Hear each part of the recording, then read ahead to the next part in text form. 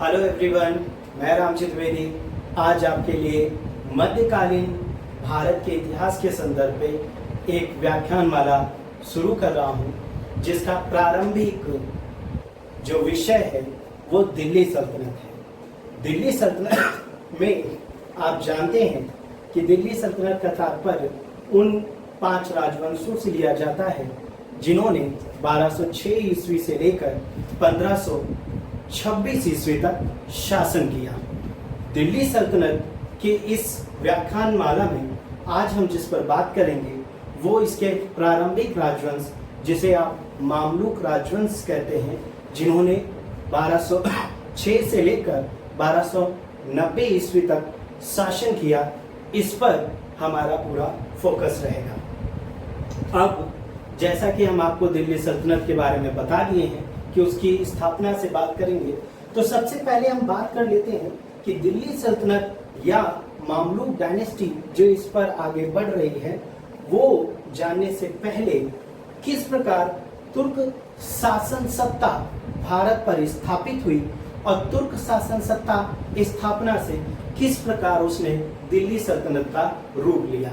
जैसा कि आप सबको पता है कि दिल्ली सल्तनत की स्थापना में आप या तुर्क शासन सत्ता की स्थापना आप 2 चरणों में देख सकते हैं, जिसका प्रारंभिक काल 11वीं शताब्दी से लेकर 13वीं शताब्दी के मध्य तक संपन्न हुआ। इसके मुख्य जो नेतृत्वकर्ता थे या जिसे हम विदेशी आक्रांता कहें, वो पहला जो चढ़ाव था या पहला जो चरण था वो महमूद गजनवी द्वारा प्रारंभ किया गया, जो 1000 ईस्वी से लेकर 1027 ईस्वी तक चला। वहीं दूसरा चरण मोहम्मद गौरी द्वारा प्रारंभ किया गया, जो 1174 से लेकर 1206 ईस्वी तक चला। इनके आक्रमणों ने उत्तरी भारत पर अपनी विजित क्षेत्रों पर शासन सत्ता की स्थापना का क्रम स्थापित किया और भारत में तुर्क राज सत्ता की स्थापना का एक मार्ग प्रशस्त किया।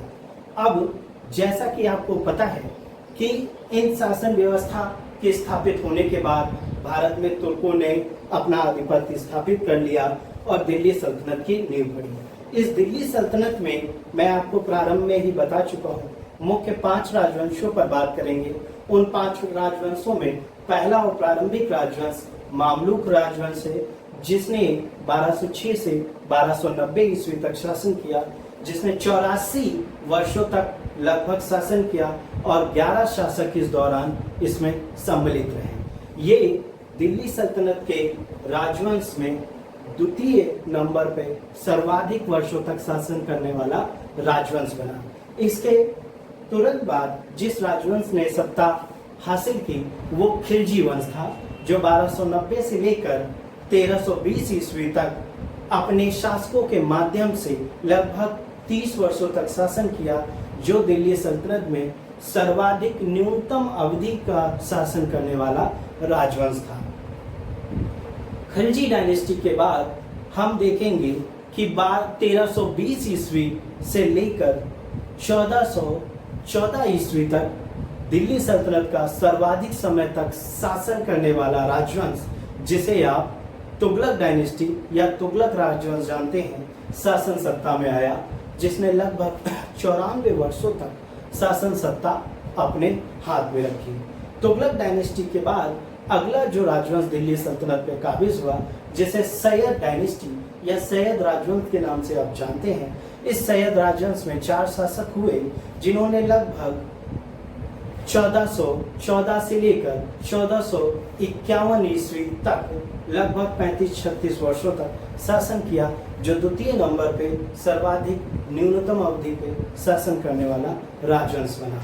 ये चारों राजवंश आरंभिक तुर्क शासन थे और जो अगला राजवंश था वो लोदी डायनेस्टी, जिसने 1451 से लेकर 1526 ईस्वी तक 3 शासक प्रमुख रूप से इसमें शासन करता रहे, जिन्होंने 76 वर्षों तक शासन किया। ये सम्मिलित रूप से दिल्ली सल्तनत को पार्ट रखते हैं और दिल्ली सल्तनत जो तुर्क सत्ता में स्थापित हुई लगभग 320 वर्षों तक शासन किया। इन 320 वर्षों में जो शासनकर्ता थे उन्होंने दिल्ली सल्तनत के नाम से मध्यकालीन भारत के इतिहास की परंपरा आप राजनीतिक रूप में देख सकते हैं। अब बिना समय गवाए हम आज के अपने टॉपिक पर आते हैं, जिसका नाम है मामलुक डायनेस्टी या मामलुक राजवंश। अब मामलुक राजवंश पर बात करने से पहले आप ये जान लें कि मामलुक डायनेस्टी या गुलाम राजवंश या दास राजवंश या आप जिन्हें प्रारंभिक तुर्क शासक जानते हैं, इन शब्दावलियों में क्या अंतर है, क्योंकि हर शब्दावली का एक अपना अलग महत्व है, वो जान लेना भी आवश्यक है। सबसे पहले हम बात करते हैं अजीज अहमद द्वारा दिया गया शब्द, जिसका नाम था आरंभिक तुर्क शासक। वो दिल्ली सल्तनत का जो शासन करता थे उनको किसी राजवंश में नहीं मानते थे, क्योंकि उनका मानना था कि ये आरंभिक तुर्क शासक हैं और शरीयत के अकॉर्डिंग जो गुलाम या दास होते थे उन्हें राज या राजवंश चलाने की इजाजत नहीं थी। इसके अलावा इनको दास या गुलाम राजवंश से भी विभूषित किया गया इस राजवंश को। तो जैसा कि आप जानते हैं कि जो प्रारंभिक 11 शासक हुए, इनमें से मात्र 3 शासक ही गुलाम थे, जो चाहे आपके कुतुबुद्दीन ऐबक हों, इल्तुतमिश हों या बलबन हों। फिर भी इन 3 शासकों के गुलाम होने के बावजूद जब इन्होंने राज सत्ता स्थापित की थी तो ये स्वतंत्र हो चुके थे। ऐसे में गुलाम राजवंश या दास राजवंश इसका नामकरण करना भी उचित नहीं होगा। ऐसे में हमें सबसे महत्वपूर्ण मत हबीबुल्लाह का लगता है, जिन्होंने मध्यकालीन इतिहास मिस्र से ये मामलुक राजवंश शब्द उठाया। उसमें उन्होंने जो उदाहरण लिया, ये माना गया कि मिस्र में जो दास सेना नायकों के द्वारा राजवंश स्थापित किए गए उन्हें मामलुक राजवंश कहा जाता था। मामलुक राजवंश का शाब्दिक अर्थ बेसिकली मामलुक अरबी भाषा का शब्द है, जिसका अर्थ है स्वतंत्र माता पिता द्वारा उत्पन्न दास। इसी आधार पे अधिकतर विद्वानों ने मामलुक राजवंश के मत को मान लिया और दिल्ली सल्तनत के बारे में जो मैंने आपको मामलुक डायनेस्टी की जानकारी दी, अब हम बात करते हैं दिल्ली सल्तनत के राजनीतिक इतिहास में। अब दिल्ली सल्तनत को आप जानने जा रहे हैं तो आप ये जान लीजिए दिल्ली क्या है। आपको पता है कि सर्वप्रथम हमें दिल्ली का उल्लेख महाभारत में मिलता है। अब आप मुझ पे हंसीगा नहीं, क्योंकि मैंने महाभारत का जिक्र किया है। कुछ लोग बोल सकते हैं कि दिल्ली महाभारत में आ गई, ऐसा नहीं है। युधिष्ठिर का नाम आपने सुना होगा, जो पांडवों के धर्मराज माने जाते हैं, 5 पांडवों में से एक श्रेष्ठ। उनकी राजधानी इंद्रप्रस्थ नगर को ही वर्तमान में दिल्ली के पास देखा जाता है, जो प्रगति मैदान के पास स्थित है। दिल्ली अर्थात दिल्लिका की स्थापना तोमर शासक आनंदपाल द्वारा मानी जाती है, जिन्होंने दिल्ली की स्थापना की। पालमपुर अभिलेख जो हमें 13वीं शताब्दी का मिलता है, उसमें दिल्ली का नाम योगनीपुर मिलता है और इस योगनीपुर को कई बार जोगनीपुर भी कहा जाता है। और वहाँ एक अर्ध स्त्री जो जोग माया का मंदिर है वो विद्यमान है। दिल्ली के संक्षिप्त उल्लेख के बाद अब हम मामलुक डायनेस्टी के राजनीतिक इतिहास के बारे में प्रारंभ करते हैं। जैसा कि मैंने आपको प्रारंभ में ही बताया कि मामलुक राजवंश या गुलाम राजवंश ने 1206 ईस्वी से लेकर 1290 ईस्वी तक लगभग 84 वर्षों तक शासन किया और इस शासन के दौरान 11 शासक इस राजवंश में हुए। इस 11 शासकों में भी 3 वंश ज़्यादा महत्वपूर्ण हुए, जिसमें ऐबक द्वारा कुतुबी वंश, इल्तुतमिश द्वारा चलाया गया शमसी वंश और बलबन द्वारा चलाया गया बलबनी राजवंश थे। इन्हीं के दौरान विभिन्न शासक हुए और उन्होंने अपनी राजसत्ता कायम की। सर्वप्रथम हम देखेंगे कि 1206 से लेकर 1210 ईस्वी तक इस डायनेस्टी का पहला शासक सामने आता है, जिसका नाम है कुतुबुद्दीन ऐबक। ऐबक के बाद जो अगला शासक बनता है वो 1210 ईस्वी में आपका आराम शाह, जो एक अयोग्य उत्तराधिकारी है और राजसत्ता पे काबिज हो जाता है, वो आपको देखने को मिलेगा द्वितीय शासक के रूप में। आपका मामलुक डायनेस्टी का तृतीय शासक इल्तुतमिश है और इल्तुतमिश ने 1210 ईस्वी से लेकर 1236 ईस्वी तक शासन सत्ता पर काबिज रहे। इल्तुतमिश के बाद इल्तुतमिश का पुत्र रुकनुद्दीन फिरोज चौथे शासक के रूप में सामने आता है, जिसने लगभग 1236 ईस्वी में शासन किया। उसी समय सत्ता का परिवर्तन होता है और पांचवें शासक के रूप में पहली मुस्लिम शासिका महिला के रूप में सामने आती है, जिसे आप और हम रजिया सुल्ताना या रजिया सुल्तान के नाम से जानते हैं। छठवां शासक जो इस डायनेस्टी में आता है वो 1240 में हमें बैराम शाह के रूप में देखने को मिलता है, जो 1240 से लेकर 42 ईस्वी तक सत्ता पर अलाउद्दीन मसूद शाह 1242 से लेकर 1246 ईस्वी तक शासन सत्ता पे रहता है। इसके बाद जो अगला शासक बनता है उसका नाम नासरुद्दीन महमूद है, जो 1246 से लेकर 1265 ईस्वी तक शासन सत्ता पर काबिज रहता है। नासरुद्दीन महमूद के बाद बलवन एक योग्य शासक के रूप में सामने आता है, जो लगभग 1265 ईस्वी से लेकर 1287 ईस्वी तक शासन सत्ता पर काबिज रहता है। 1287 से लेकर 1290 ईस्वी तक इसका पौत्र कैकुवाद शासन सत्ता पर स्थापित होता है और कैकुवाद के बाद शमसुद्दीन कैमर्स 11वीं शासक और आखिरी शासक के रूप में कुछ दिनों तक इस शासन सत्ता पर काबिज रहता है, जो एक अल्पवयस्क बालक मात्र ही है। और इस प्रकार इन 84 वर्षों तक इस राजवंश ने दिल्ली सल्तनत के प्रारंभ को संभाला। अब हम बात करते हैं इसके प्रथम शासक कुतुबुद्दीन ऐबक के बारे में। जैसा कि मैंने आपको ऐबक के बारे में बताया कि ऐबक राज सत्ता पर 1206 में काबिज होता है और लगभग 4 वर्षों तक शासन करता है, अर्थात 1210 ईस्वी तक। ऐबक कैसे शासक बना, कैसे वो भारत आया, उसका प्रारंभिक जीवन क्या था, इस बारे में थोड़ी सी हम बात कर लेते हैं। ऐबक बेसिकली जो ऐबक जनजाति का व्यक्ति था। कुतुबुद्दीन ऐबक तुर्किस्तान में जन्मा था। उसे निशापुर के काजी फखरुद्दीन ने खरीदा था। प्रारंभ में तुर्क जो लोगों में थी ये मान्यता थी कि वे अपने गुलामों को अच्छी शिक्षा दीक्षा दिलाते थे, जिससे वो गुलामों के अच्छे दाम वसूल सकें।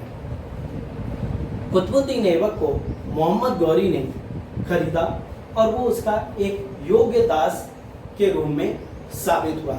मोहम्मद गौरी ने जब अपनी उत्तर भारत की विजय कर रहा था तो कुतुबुद्दीन ऐबक एक बेहतरीन सहायक के रूप में सामने आया। मोहम्मद गौरी ने अपने विजित क्षेत्रों को 3 प्रमुख दासों में विभक्त कर रखा था। अगर हम बात करें गजनी का क्षेत्र, तो गजनी का क्षेत्र उसने ताजुद्दीन यलदौज को दे रखा था। वहीं सिंध और उच्च का जो क्षेत्र मुल्तान का क्षेत्र पड़ता था वो उसने नासरुद्दीन कुबाचा को दे रखा था और उत्तर भारत के विजित क्षेत्रों का प्रतिनिधि उन्होंने अर्थात मोहम्मद गौरी ने कुतुबुद्दीन ऐबक को नियुक्त किया था। मोहम्मद गौरी की अकस्मात मृत्यु ने उसके उत्तराधिकारी को लेकर प्रश्न खड़ा कर दिया था, क्योंकि उसे उत्तराधिकारी नियुक्त करने का समय नहीं मिला था। ऐसी अवस्था में कुतुबुद्दीन ऐबक ने उत्तर भारत के क्षेत्र में अपना शासन सत्ता स्थापित किया और दिल्ली सल्तनत की नींव डाली। जैसा कि मैं आपको ऐबक के बारे में बताया कि प्रारंभ में ऐबक किस प्रकार दास से लेकर अमीर आखूर, जिसे अश्वशाला का पद कहा जाता है, गौरी के शासनकाल में उसे प्राप्त किया और अपनी महत्वाकांक्षा, अपने जो अंदरूनी सेना नायक के गुण थे उनसे प्रभावित करके मोहम्मद गौरी से खुद को एज अ प्रतिनिधि के रूप में भारतीय विजय क्षेत्रों में स्थापित किया। इस विजय अभियानों के दौरान कुतुबुद्दीन ऐबक ने अपनी योग्यता मोहम्मद गौरी के सम्मुख स्थापित कर दी थी। मोहम्मद गौरी निसंतान था, ऐसे में उसके राज्य क्षेत्र को लेकर के व्यापक गतिरोध था। ऐसे में हबीबुल्लाह हमें ये बताते हैं एक वाक्य का जिक्र करते हुए कि जब मोहम्मद गौरी से उनके संतान के बारे में पूछा गया तो मोहम्मद गौरी ने ये कहा कि लोगों के एक पुत्र होते हैं या दो पुत्र होते हैं, मेरे 1000 गुलाम ही मेरे पुत्र हैं और मेरे जाने के बाद यही मेरे उत्तराधिकारी होंगे जो मेरे अपने खुतबे में मेरा नाम जिंदा रखेंगे। कुतुबुद्दीन ऐबक ऐसे ही अपनी राज सत्ता को स्थापित करते हैं और ऐबक जो है इसका शाब्दिक अर्थ तुर्की में चंद्रमा का देवता अर्थात सुंदरता का देवता उपनाम माना जाता है। 1206 में जब ये दिल्ली सल्तनत की स्थापना करते हैं तो इनके सामने कई महत्वपूर्ण प्रश्न खड़े हुए थे। वो प्रश्न क्या थे वो आपको पता है। राजनीतिक दृष्टि से इनके सामने प्रश्न सबसे पहले नव स्थापित दिल्ली सल्तनत की स्थायित्व प्रदान करना, दूसरा अपने दो महत्वपूर्ण विरोधी अर्थात गजनी का ताजुद्दीन यल्दौज और सिंध उच्च मुल्तान का जो शासक नासरुद्दीन कुबाचा था उनसे अपनी स्थिति को सुदृढ़ करना और फिर जो राजपूत राजवंश उन्होंने विजित किए हुए थे अब तक विद्रोह कर चुके थे उनको स्थापित करना। वहीं इनकी पूर्वी सीमा जो बंगाल लखनौती तक थी जिसे आपको याद होगा मोहम्मद गौरी के एक सरदार जिसका नाम था इख्तियारुद्दीन बख्तियार काकी जिसने लखनौती बंगाल और पूर्वी बिहार के क्षेत्रों को विजिट कर वहां तुर्क सत्ता की स्थापना की थी, वहां भी विद्रोह हो चुका था, उसको दिल्ली सल्तनत में स्थापित करना। तो कुतुबुद्दीन ऐबक के मूल्यांकन के समय ये राजनीतिक चुनौतियां थी। इन चुनौतियों से किस प्रकार वो डील किया और किस प्रकार नव स्थापित दिल्ली सल्तनत को मजबूती प्रदान की उसके कार्यों द्वारा स्पष्ट होगा। पहले बात करते हैं ताजुद्दीन यल्दौज की। तो ताजुद्दीन यल्दौज जैसा कि मैं आपको बता चुका हूँ मोहम्मद गौरी के गुलामों में से एक था जो गजनी पे शासन सत्ता पे स्थापित हो गया था। गौरी के एक संबंधी गयासुद्दीन महमूद ने उसे स्वतंत्रता प्राप्त दे दी थी जिसके कारण वो अब भारत पे भी अर्थात जो उत्तरी भारत के क्षेत्र थे उस पे भी अपनी अधिकारता जाहिर कर रहा था जिससे ऐबक को बहुत ज्यादा ऐतराज था। एक कारण ये भी था कि जो ताजुद्दीन यल्दौज था उसने पंजाब के क्षेत्रों पर जब आक्रमण किया तो कुतुबुद्दीन ऐबक ने उसका 1206 में प्रतिरोध कर उसे परास्त किया जिससे कुछ वर्षों तक ताजुद्दीन यल्दौज शांत रहा और भारत पे आक्रमण करने का साहस ना जुटा पाया। इस प्रकार पहली चुनौती का सफलतापूर्वक सामना ऐबक द्वारा किया जाता है। अब बात करते हैं इसकी दूसरी चुनौती की। दूसरी चुनौती जो हमें देखने को मिलेगी वो था आपका सिंध उच्च प्रांत का जो शासक था नासरुद्दीन कुबाचा। कुबाचा एक अन्य गुलाम था गौरी का जिसका अधिकार क्षेत्र इस पर काबिज था। वो भी भारत के क्षेत्रों पे अपनी नजर गड़ाए हुए था। ऐसे में ऐबक ने यहाँ अपनी बुद्धिमत्ता से काम लेते हुए अपनी बहन का विवाह नासरुद्दीन कुबाचा से कर दिया और इस कटुतापूर्ण संबंध को उसने मित्रतापूर्ण संबंध में परिवर्तित कर दिया। इन दो प्रमुख चुनौतियों से निपटने के बाद तीसरी चुनौती उसकी मध्य एशिया की राजनीति से था जिससे भारत को अलग करना था। कहने का तात्पर्य ख्वारिजों के साहों से है जो गजनी पर अधिकार करके भारत के क्षेत्रों पर भी अपना दावा कर सकते थे। ऐसे में अपनी सीमाओं को सुरक्षित रखने के लिए इस चुनौती से भी उनको निपटना था। इन चुनौतियों के बाद अगली चुनौती उसके सामने पूर्वी सीमा प्रांत से थी जो बंगाल से सामने आ रही थी। बंगाल में इस समय जो शासक था अली मर्दान वो वहां से निष्कासित हो गया। क्योंकि खिलजी सरदारों ने विद्रोह कर मोहम्मद सीरा को वहां का शासक नियुक्त कर दिया। ऐसे में अली मर्दान ने ऐबक से सहायता मांगी और उसकी अधीनता स्वीकार की। ऐबक ने उसकी सहायता के लिए अवध के सूबेदार या इक्तेदार कैमाज रूमी को उसकी सहायता के लिए भेजा और बंगाल पे उन्होंने जो मोहम्मद शेर का था पराजित करके दिल्ली सल्तनत को बंगाल के अर्थात दिल्ली सल्तनत में बंगाल को मिला लिया। इस प्रकार आप देखेंगे कि किस प्रकार प्रारंभिक चुनौतियों से निपटकर ऐबक एक बृहद साम्राज्य का निर्माण कर रहा था। साथ ही साथ उसने कोई नई विजय नहीं की, अपनी पुरानी विजयों को ही वो सुदृढ़ कर रहा था ताकि उसके नव स्थापित राज्य को एक सुदृढ़ता प्राप्त हो सके। अब प्रश्न उठता है राजपूत राज्यों के संबंध में। जैसा कि आपको पता है कि कई राजपूत जो राज्य थे इस समय तक स्वतंत्र हो चुके थे।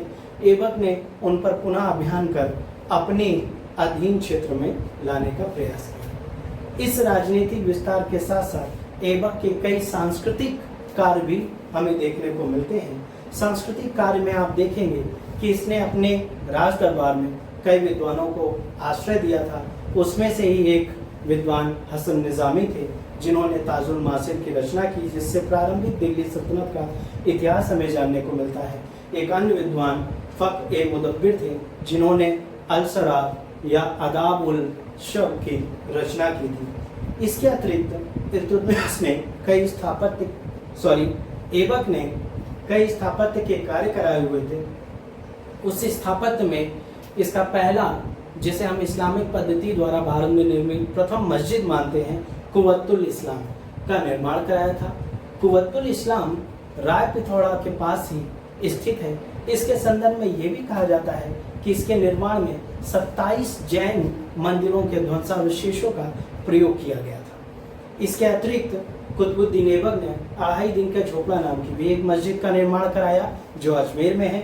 इसके संदर्भ में भी ये कहा जाता है कि यहाँ पहले एक संस्कृत मंदिर हुआ करता था और इसका 2.5 दिन का नाम पड़ने के पीछे भी इसका शाब्दिक अर्थ है क्योंकि 2.5 दिन में बनकर तैयार हुई थी। इन मस्जिद के निर्माण के बाद जो ऐबक थे, ऐबक ने अन्य महत्वपूर्ण जो निर्माण था वो कुतुब मीनार जो वर्तमान में भी दिल्ली में स्थित है, इसका निर्माण उसने 1195 में ही प्रारंभ कराया था और इसका नामांकन उसने सूफी संत बख्तियार कुतुबुद्दीन बख्तियार काकी के नाम पर रखा। अंत में आप जानते हैं कि इसका पूर्ण जो निर्माण है वो इल्तुतमिश ने कराया था क्योंकि अपने जीवन काल में इस निर्माण को पूरा नहीं करा सके, मृत्यु को प्राप्त हो गए थे। इसलिए इस कुतुब मीनार का निर्माण इल्तुतमिश ने पूरा कराया था। ऐबक ने शासन सत्ता स्थापित तो की, वो दिल्ली सल्तनत का संस्थापक तो था, किंतु कई मामलों में वो सफल नहीं था। जैसा कि पहला मामला आप देखेंगे कि उसने अपना आजीवन जो शासन सत्ता स्थापित की उसकी राजधानी लाहौर बनाई और लाहौर से ही शासन करता रहा। यहाँ एक बात और है कि उसने कभी भी सुल्तान या शासक की उपाधि धारण नहीं की।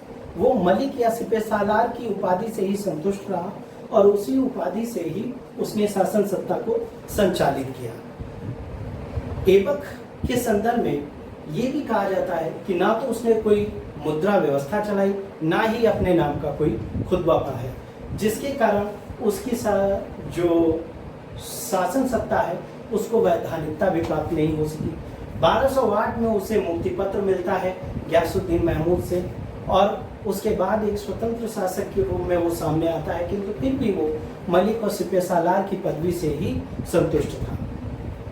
ऐबक के समय ऐबक ने कई महत्वपूर्ण कार्य और किए। उनमें से एक कार्य था जो राज सत्ता और जो भू क्षेत्र उसने अर्जित किए थे उनको सुरक्षित करना। इसका पहला और आखिरी सबसे महत्वपूर्ण कार्य था। इसने अन्य कोई विजय नहीं की, जो पहले से विजय थी उनको सुरक्षित करने का कार्य कुतुबुद्दीन ऐबक द्वारा किया गया। कुतुबुद्दीन ऐबक को कई उपाधियों से विभूषित किया जाता है। उसमें लाख बख्श, कुरान खां, पीर खां और हातिम ताई दुती प्रमुख हैं।